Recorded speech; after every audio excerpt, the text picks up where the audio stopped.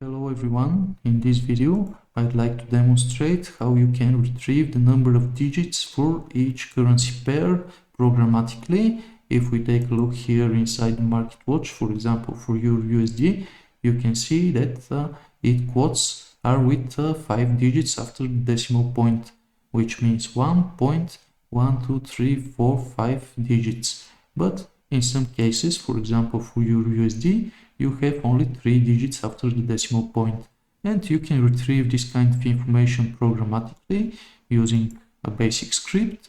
From MQL5 have developed a digits function that takes care of these operations. I'd like to save this information into an integer named digits, and I'd like to print the number of digits in our main window on MetaTrader 5. So if I go back here and run my script, you can see that the number of digits for USD Japanese yen is 3. But if I go, for example, here in this chart, Euro USD, I'm expecting to see number of digits of 5. And this is the case. So this is how to use this function digits in order to retrieve information for how many digits are after the decimal point.